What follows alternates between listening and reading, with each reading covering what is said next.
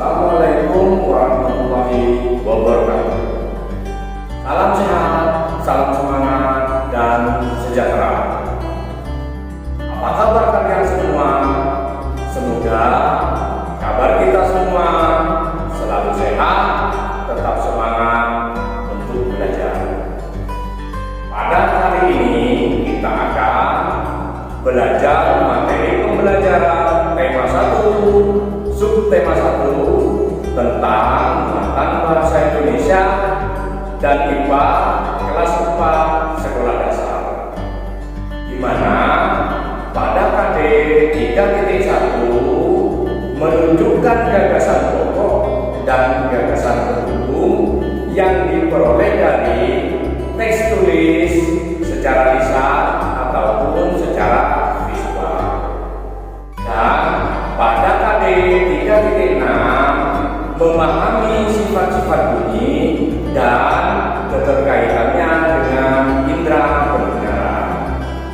Tujuan pembelajaran kita hari ini yang pertama, setelah menyimak dan membaca teks tentang keragaman budaya, siswa mampu menyebutkan kalimat utama dari setiap paragraf.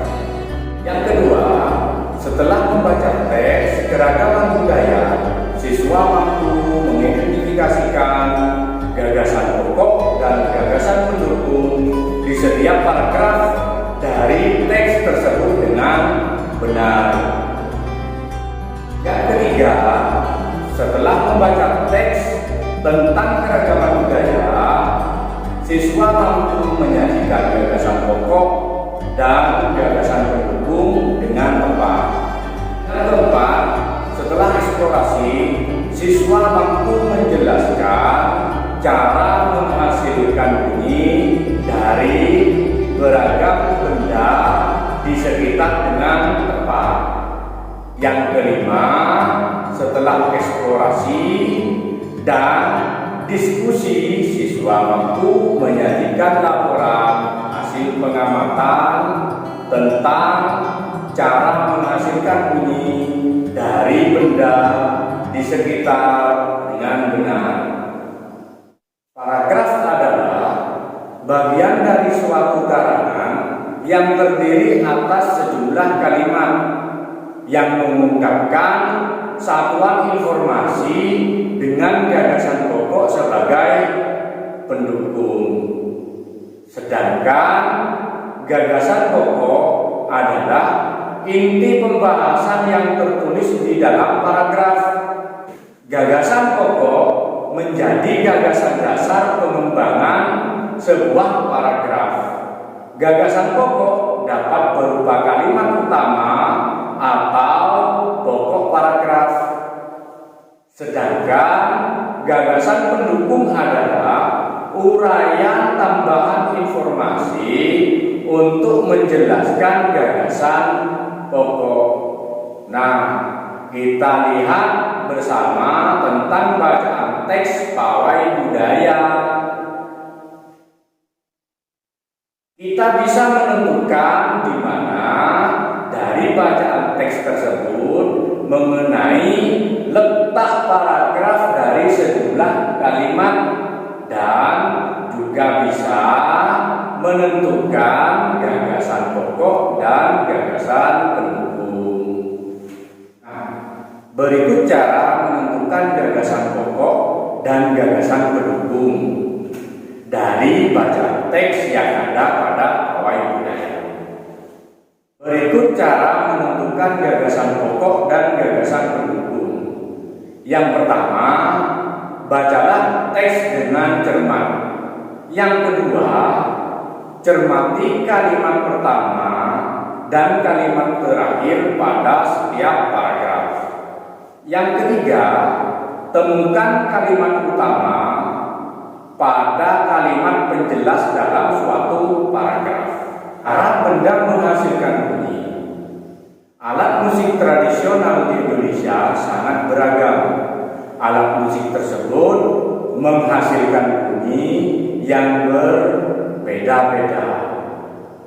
Dan cara memainkannya pun berbeda-beda. Bunyi yang dihasilkan berasal dari benda yang bergetar dalam alat musik tersebut. Bunyi lalu ditangkap oleh telinga sehingga dapat mendengarnya. Nah, berikut ini cara alat musik beserta contohnya. Yang pertama, dipukul. Alat musik yang dimainkan dengan cara dipukul, misalnya gong atau gendang. Yang kedua, ditiup. Alat musik yang dimainkan dengan cara ditiup, misalnya trompet atau seruling. Yang ketiga, digesek. Alat musik yang dimainkan dengan digesek, contohnya biola.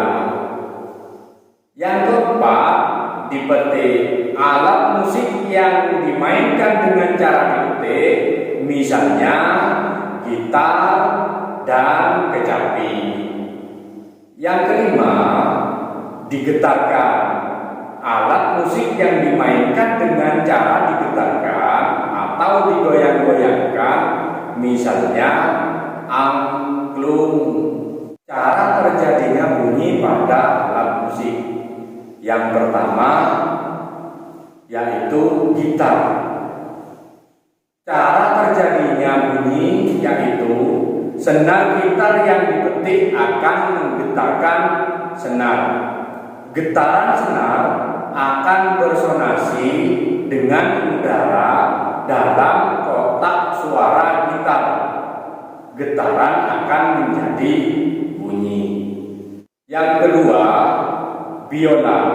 Cara terjadinya bunyi yaitu gesekan terhadap senar biola dapat menimbulkan getaran dan getaran tersebut menghasilkan bunyi. Yang ketiga, angklung. Cara terjadinya bunyi yaitu getaran terhadap bambu akan menghasilkan bunyi. Bunyi yang berbeda-beda disesuaikan dengan jenis angklung sehingga akan menghasilkan bunyi. Yang keempat, seruling. Cara terjadinya bunyi yaitu dengan ditiup pada lubang bambu. Yang ditekan akan menghasilkan bunyi. Bunyi yang berbeda jika lubang bambu yang ditekan juga berbeda-beda. Nah, dari sini dulu pembahasan kita. Semoga apa yang kita pelajari bersama bisa bermanfaat dan dapat ilmu yang barokah. Sekian dari saya. Assalamualaikum warahmatullahi wabarakatuh.